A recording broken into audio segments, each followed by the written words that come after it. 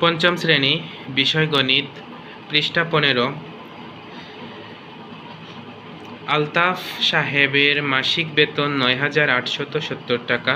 প্রতি মাসে তিনি ৩,৮০০ টাকা বাসা ভাড়া বাবদ এবং ৫,৬৫০ টাকা পরিবারের প্রয়োজন বাবদ খরচ করেন। অবশিষ্ট টাকা তিনি একটি ব্যাংকে জমা রাখেন। তিনি বছরে কত টাকা ব্যাংকে জমা রাখেন? অর্থাৎ এখানে এক মাসের আয় এবং এক মাসের ব্যয় দেয়া আছে। মনে রাখবে, আয় থেকে ব্যয় বিয়োগ করলে জমা পাওয়া যায়। তাহলে আমরা প্রথমে কি করব? প্রথমে আমরা লিখব আলতাফ সাহেবের মাসিক বেতন ৯,৮৭০ টাকা।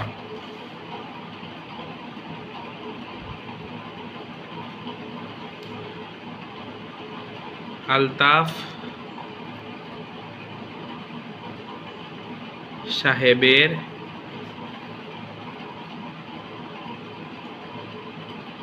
মাসিক বেতন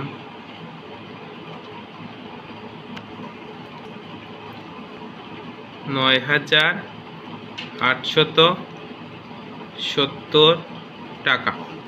এবার আমরা আলতাফ সাহেবের মাসিক খরচ বের করব।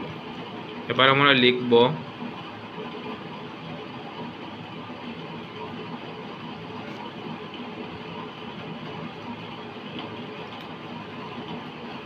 আলতাফ সাহেবের মাসিক খরচ। তাহলে ওনার মাসিক খরচ কি কি ছিল এবার আমরা প্রশ্নে দেখে নেব।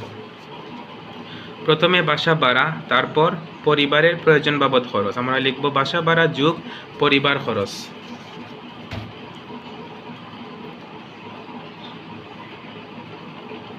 বাসা ভাড়া যোগ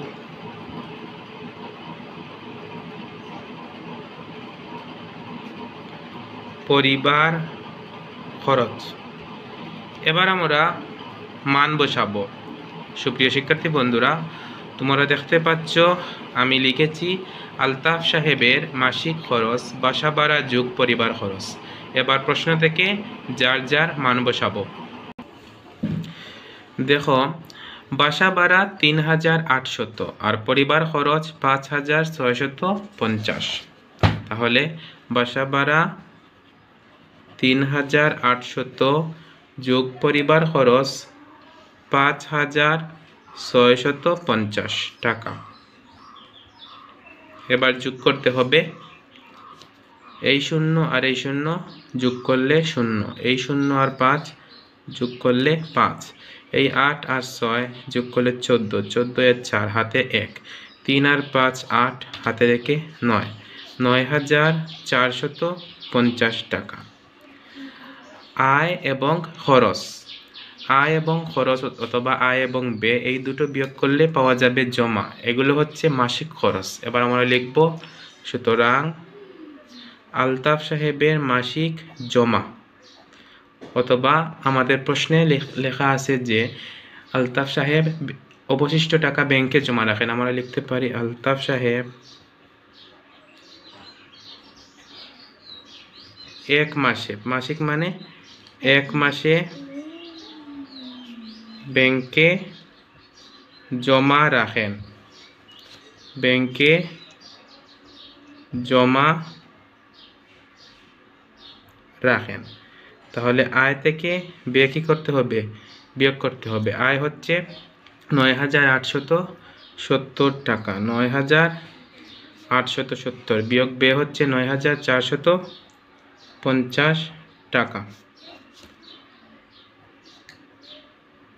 এবার বিয়োগ, 0 এবং 0 বিয়োগ করলে 0, 7 থেকে 5 বিয়োগ করলে 2, এখানে 8 এখানে 4, 8 থেকে 4 বিয়োগ করলে 4, 9 থেকে 9 বিয়োগ করলে 0, বামে 0 বসাতে হয় না।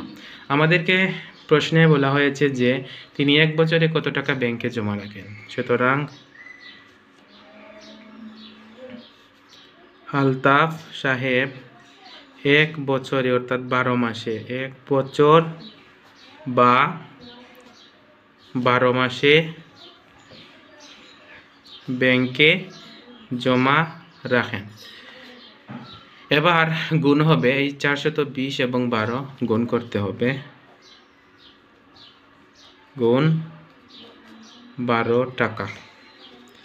এবার আমরা 420 এবং 12 গুণ করবে এই রাফ অংশে।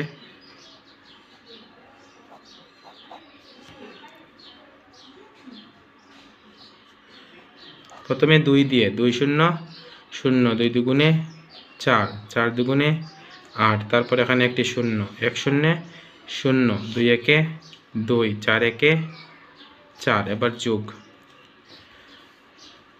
0 0 যোগ করলে 0, 4 এর 4, 8 আর 2 এর 10 এর 0 হাতে আমার 1, 4 এর 4 হাতে রেখে 5, 5040 টাকা। অর্থাৎ তিনি এক বছরে জমা করেন 5040 টাকা।